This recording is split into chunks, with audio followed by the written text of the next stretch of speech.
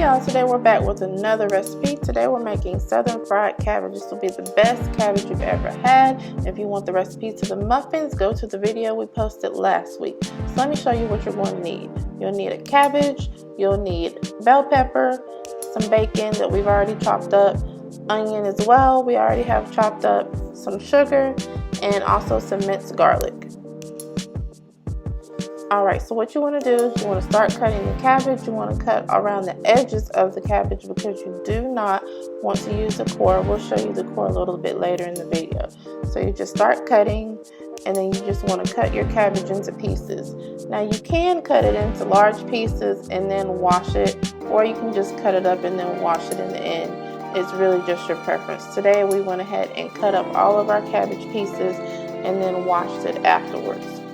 So just cut it like so. They don't need to be in little teeny tiny pieces, just kind of some nice average size pieces. Whatever your preference is, we're going to use all the parts of the cabbage.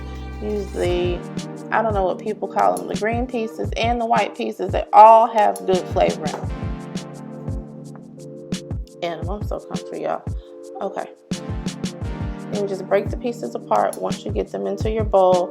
There's our core right there. You don't want that part. It's hard, it's useless. Just set it to the side. Alright, so we have our cabbage ready to go. And then we're going to go ahead and just give it a rinse. I like to use the colander bowl to place the cabbage in, so we can just transfer it right to the sink and go ahead and rinse the cabbage thoroughly to get off any grit and all that type of stuff that's on the cabbage.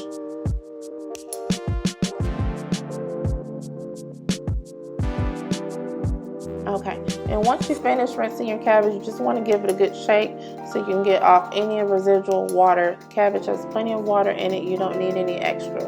So we're going to start off with frying our bacon in the pan.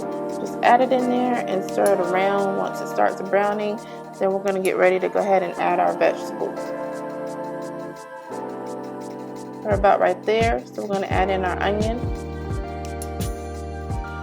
And then we'll go ahead and add in our bell pepper. And we're going to let these ingredients saute together until they start to really brown. And then we'll add our cabbage.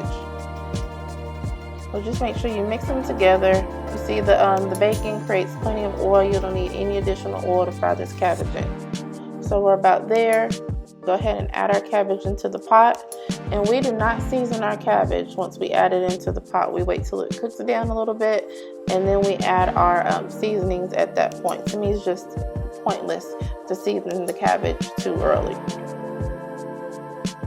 And for those of you that have never made cabbage before, cooking down just means that the cabbage has started to cook a little bit and it's starting to soften. And if you never made cabbage before, you're going to end up with half of what you started with. That's just how it works. Cabbage has so much water in it, and it's just a really soft vegetable. So once it cooks to the point where it's softened, you just don't end up with as much as you started with. You can kind of tell by looking at it once it starts to cook down. We'll show you in just a minute. So you can just mix everything together and then go ahead and put your lid on it, and then you just come back and check in a few minutes, and the cabbage should have started to cook down depending on how much you're making at one time.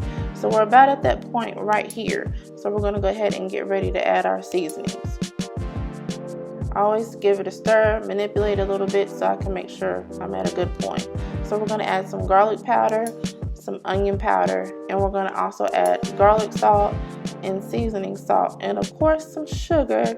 Sugar is the key ingredient for this cabbage. Promise you, sugar balances out your other seasonings. Also garlic, that we added some minced garlic right there, but the sugar really balances out the other seasonings and really gives your cabbage a nice down-home southern savory flavor. Don't skip the sugar. The sugar will not make your cabbage overly sweet. What I like to do is add a little bit at a time. Add some sugar, stir it together, maybe let it cook for a minute, taste it, and then add some more. It's really your preference, you know. Alright, so we're adding a little bit more sugar here, and always taste as you go. So mix it together again, and we're going to get ready to turn off the heat. At this point, we don't need to let it cook on regular heat any further. It's already started to soften. Just turn your heat off and let it sit for about 5 minutes, and your cabbage is good to go. Alright, so we're at the point of plating. Look at that cabbage, y'all.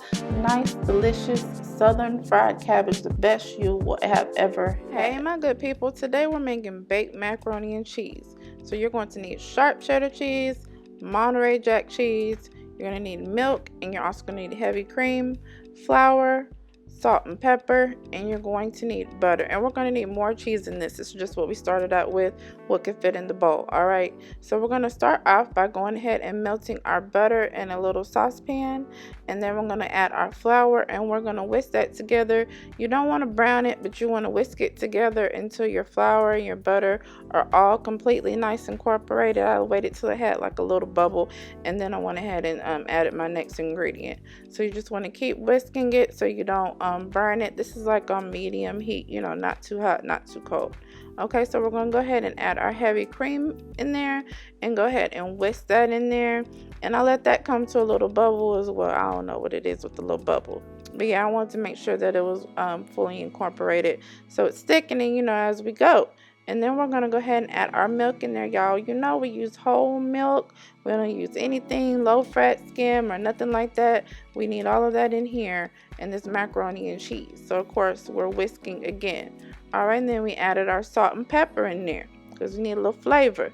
All right, and then we added a cup of each of our cheeses. So we started with the sharp, we're going to whisk, you know, and then we're going to also follow with the Monterey Jack. All right, so here we are with our Monterey Jack cheese. Okay, like I said, just a cup of each, and then we have a remaining 2 cups combined left, and then we're going to need another 2 cups. I know I'm confusing y'all, but it's going to make sense. Okay, so you just want to whisk that together and get it all nice and thick and creamy and thick, right? Okay, so it's getting there. I let it bubble just a little bit, and then I went ahead and took it off. So we're about here now. All right, I just want it to get thick, but cheese will burn really quick, so you have to be careful. So we're using an old school method. We're taking a stick of butter and we're going ahead and greasing our pan. You can use a stick of butter like this. You can put your butter on a paper towel. You can use oil if you want. We're using butter here because butter gives you that little extra flavor in your macaroni and cheese too. All right. Okay, and I didn't forget the macaroni noodles. You know, I just didn't put them in the beginning because they were already cooked. Y'all seen how we cooked the macaroni noodles before. Okay, so you just want to go ahead and add them into your pan and layer it. You know, spread them out. That's what I meant.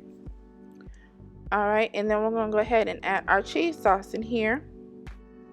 And I went ahead and mixed it in the Pyrex dish. You can mix it in a separate bowl, but I don't want to leave, you know, any cheese sauce in that bowl and then pour it in here. I want it all in here. It's not going to mess up anything as far as, you know, the fact that you've already greased your pan and everything. So just go ahead and get all that right in here right now. Okay, and then we're going to spread the top because we're not going to mix our cheese in here. We're going to put it on top. Okay, so we went ahead and put the remaining cheese in a bowl, just like this. All right. Okay, so we started off with 4 cups total of cheese, 2 cups of sharp, and 2 cups of Monterey. So this is half of that. So we're going to go ahead and spread that all over our macaroni and cheese. Okay, and I'm going to show you what it looks like right now. You know, after we get this layer here, I don't like any air spaces. So what I did is went ahead and grabbed an extra cup of each. So another additional cup of Monterey and another cup of sharp. Just 1 cup each, but you can use however much you like. Always buy extra cheese because I'm cheese crazy. Okay. Okay, so you want to get that all nice and layered. Okay, and here's our extra cheese right here. So, you know, just put it in a bowl so I can blend it so it could be, you know, a nice balance of both cheeses on top of this casserole. Okay, there's our last, and then we're going to go ahead and spread it. And then we're going to get ready to go ahead and put our foil on top of here because we're going to bake this in the oven on 350 degrees for about 45 minutes. Okay, get it all nice and covered and, you know, as tight as you can get it. Okay, pop it in the oven. And then you can take it out and it's good to go. You can go ahead and eat it. This is a macaroni directly out of the oven. But baby, I'm from the South. We like our macaroni and cheese brown, all right? So I'm going to go ahead and place the macaroni back into the turn the broiler on. Place the macaroni back into the oven just for a few minutes. I'm showing y'all the side and everything here. Just for a few minutes to get it all nice and brown. Oh, y'all, look at that. Just perfect, delicious. macaroni and cheese. Y'all go ahead and try this for the holidays. This is good for Sunday dinner or anytime that you're just in the mood for macaroni and cheese. You want to make sure that you only cook your pasta al dente because it'll continue to cook in the oven. Y'all, that is it. So simple. Thank y'all again for watching this video. Please like it, share it. As always, subscribe to our channel if you haven't already, and we'll catch you next time.